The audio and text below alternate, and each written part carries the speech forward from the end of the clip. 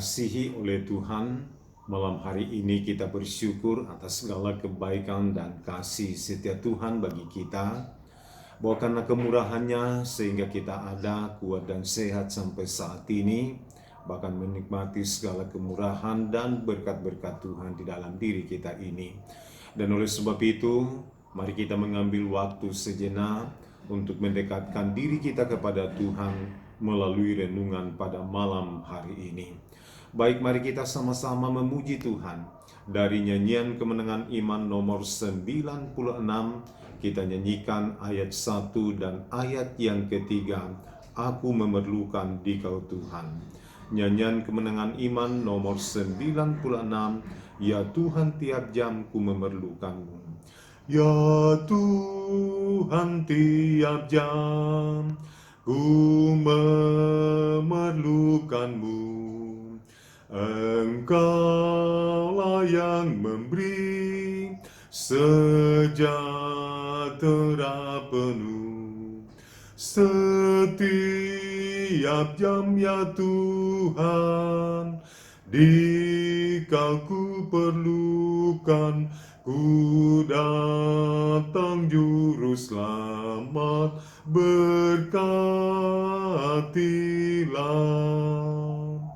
Ya Tuhan tiap jam di suka dukaku, jikalau Tuhan jauh, percuma hidupku. Setiap jam, ya Tuhan, Dikau ku perlukan. Ku datang juru selamat, berkatilah.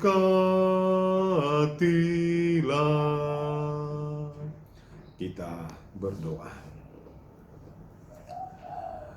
Betapa hati kami bersyukur dan berbangga di hadapan hadirat-Mu saat ini Bapa, bahwa Engkau senantiasa merancangkan apa yang baik, apa yang terindah di dalam diri kami ini, menyatakan segala apa yang baik daripadamu, sehingga kami ada, kami kuat, menikmati segala berkat-berkat Tuhan, dan kami ada sampai saat ini, dalam berbagai rasa syukur dan sukacita, hanya oleh karena pertolongan-Mu. Bapa di dalam surga, saat ini kami mau siap belajar firman-Mu. Roh Kudus, tuntunlah kami sehingga ketika firman-Mu dibacakan dan diajarkan, tidak akan pernah berlalu begitu saja, tetapi firman-Mu ini selalu menjadi pedoman dalam menjalani kehidupan kami di dunia ini. Terima kasih ya Bapa di dalam surga. Di dalam nama Tuhan Yesus kami datang berdoa dan mengucap syukur semuanya ini. Amin.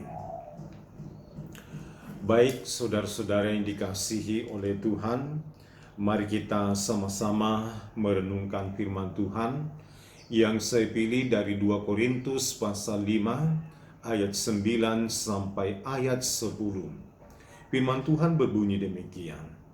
Sebab itu juga kami berusaha, baik kami diam di dalam tubuh ini, maupun kami diam di luarnya, supaya kami berkenan kepadanya. Sebab kita semua harus menghadap takhta pengadilan Kristus, supaya setiap orang memperoleh apa yang patut diterimanya, sesuai dengan yang dilakukannya dalam hidupnya ini, baik ataupun jahat. Melalui renungan kita saat ini, kita akan belajar firman Tuhan di bawah satu topik, yaitu memahami kehidupan menurut ukuran Tuhan. Saudara-saudara yang dikasihi oleh Tuhan, salah satu hal yang sering dipikirkan oleh manusia yang cukup banyak menyita waktu atau cukup banyak menguras energi dalam memikirkannya adalah bagaimana memahami kehidupan ini dengan sebaik-baiknya.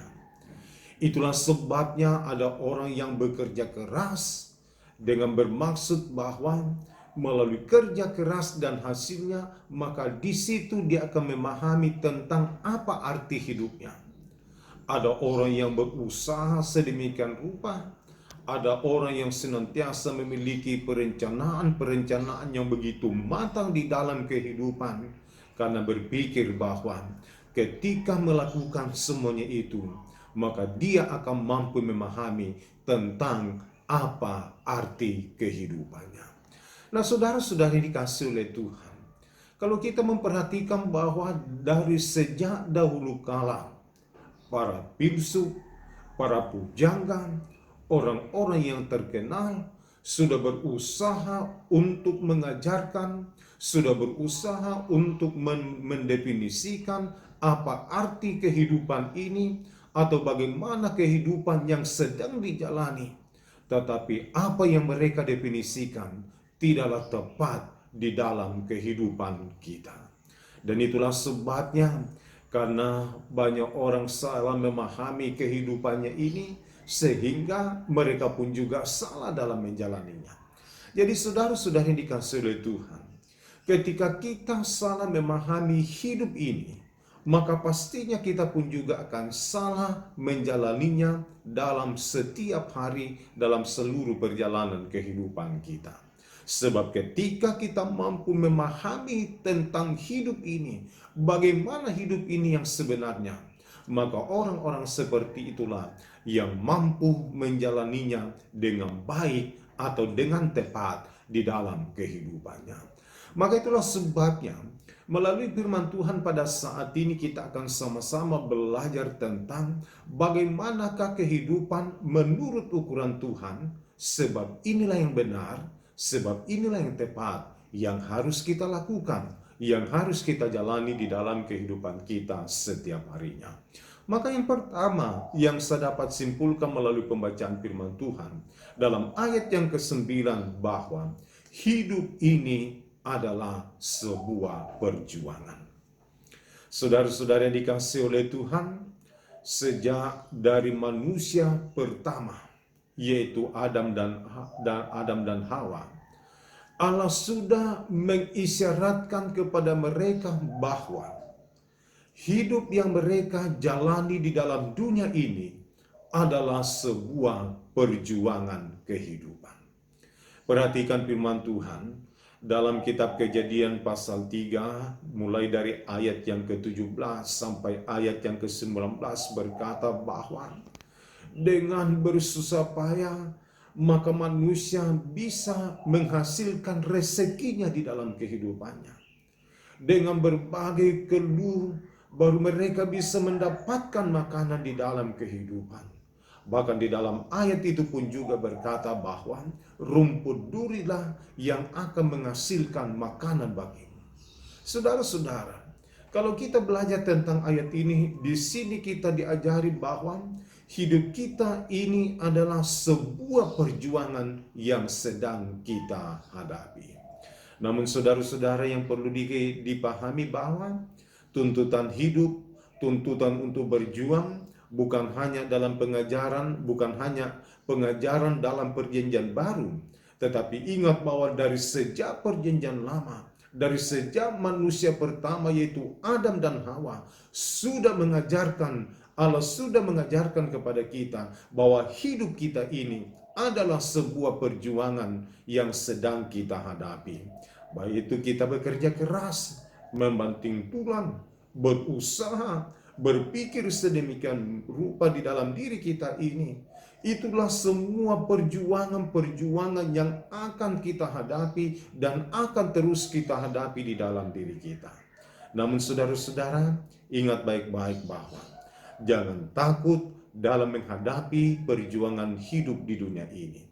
Karena Tuhan tidak akan pernah membiarkan kita berjalan sendirian. Tuhan tidak pernah membiarkan kita menghadapinya sendirian, tetapi Tuhan selalu dekat, Tuhan selalu menolong, Tuhan selalu memberikan kita kekuatan. Dan ketika kita terus menghadapi perjuangan hidup kita bersama dengan Tuhan, mengandalkan Tuhan, melekat kepada Tuhan di dalam diri kita ini, terus melakukan kehendak-Nya di dalam hidup kita ini, maka pada akhirnya perjuangan yang kita lakukan adalah perjuangan yang sungguh menyenangkan hati Tuhan. Dan ketika perjuangan yang kita lakukan sudah menyenangkan hati Tuhan, maka pastinya hidup kita diberkati oleh Tuhan. Artinya bahwa usaha jerih lelah kita, perjuangan hidup kita tidak sia-sia, tetapi Tuhan memberkatinya. Kemudian yang kedua, bagaimanakah kehidupan kita menurut ukuran Tuhan? Yang kedua kita lihat di dalam ayat yang ke-10. Di sini sesimpulkan bahwa hidup ini adalah sebuah pertanggungjawaban. Saudara-saudara dikasihi oleh Tuhan, dalam ayat 10 ini memperingatkan kepada kita tentang pengadilan Kristus. Maksudnya bahwa di akhir perjalanan hidup kita akan menuju kepada pengadilan Kristus. Nah, di hadapan pengadilan Kristus nantinya yang akan kita lakukan adalah mempertanggungjawabkan seluruh perjalanan hidup kita, mempertanggungjawabkan seluruh apa yang kita buat selama kita hidup di dalam dunia ini. Saudara-saudari dikasihi oleh Tuhan, maka itulah sebabnya ketika kita sedang berjuang, ketika kita sedang berusaha, ketika kita sedang bekerja keras, membanting tulang di dalam diri kita, berpikir sedemikian rupa, berpikir dan memiliki perencanaan-perencanaan yang matang di dalam diri kita. Ingat baik-baik bahwa segala sesuatunya itu kelak nantinya dipertanggungjawabkan di hadapan Tuhan. Maka itulah sebabnya saudara-saudara yang dikasihi oleh Tuhan, ketika kita melakukan semuanya itu, ingat baik-baik bahwa kita tetap berjalan di dalam rel kebenaran firman Tuhan. Ketika kita bekerja, ketika kita berusaha, ketika kita berpikir, ketika kita merencanakan sesuatu hal di dalam diri kita, seharusnya kita tetap berjalan di dalam rel firman Tuhan supaya kita mampu mempertanggungjawabkannya kelak nantinya di hadapan Tuhan. Saudara-saudara yang dikasihi oleh Tuhan, yang menjadi penegasannya bagi kita saat ini bahwa jangan menjalani hidup kita ini dengan apa adanya saja, tetapi jalanilah hidup kita ini, berusahalah menjalani hidup kita ini untuk menghasilkan sesuatu hal yang berguna di dalam diri kita. Baik itu berguna bagi diri kita sendiri, baik itu berguna bagi sesama, dan terlebih berguna untuk kemuliaan dan untuk kebesaran nama Tuhan di dalam diri kita. Sebab ingat baik-baik firman Tuhan dalam ayat yang ke-10 pada bagian terakhir berkata bahwa kelak nantinya kita akan menerima apa yang patut kita terima sesuai dengan apa yang kita buat, sesuai dengan apa yang kita lakukan selama hidup kita di dunia ini. Apakah itu baik atau apakah itu jahat di dalam diri kita. Maka itulah sebabnya dalam menjalani hidup kita di dunia ini, ingat baik-baik bahwa semuanya itu kita akan bertanggungjawabkan kelak nantinya. Sehingga ketika kita memahami kehidupan seperti itu, maka kita mampu menjalaninya dengan baik dan benar, sesuai dengan kehendak Tuhan. Dan ketika kita menjalani hidup ini sesuai dengan kehendak Tuhan, barulah di situ kita menjadi pribadi yang layak untuk menerima anugerah dan berkat-berkat Tuhan di dalam diri kita. Selamat menjalani hidup kita di dunia ini menurut ukuran Tuhan. Tuhan memberkati kita melalui firman-Nya saat ini. Amin. Baik saudara-saudara, mari kita mengakhiri renungan kita pada malam hari ini di dalam doa. Mari kita berdoa bersama-sama dan saya akan memimpin kita di dalam doa. Kita berdoa. Segala puji dan syukur kami datang persembahkan kepadamu saat ini Bapa, atas segala kebaikan dan kasih setiamu di dalam diri kami. Terlebih bahwa firman-Mu saat ini telah mengajari kami bagaimana kami harus menjalani hidup kami di dunia ini supaya kami mampu menjalaninya dengan baik dan benar, atau sesuai dengan kehendak-Mu Tuhan. Roh Kudus, kami mohon tuntunan-Mu, bahwa renungan firman-Mu telah kami dengarkan saat ini. Kiranya firman-Mu ini akan terus terngiang-ngiang dalam menjalani hidup kami di dunia ini, supaya kami tidak salah dalam memahami kehidupan kami ini, dan tidak salah pula dalam menjalaninya, melainkan kami mampu memahaminya dan menjalaninya sesuai dengan ukuran Tuhan, sehingga hidup kami ini berdaya guna, baik itu bagi diri kami, bagi sesama kami, dan terlebih untuk kemuliaan nama-Mu Tuhan.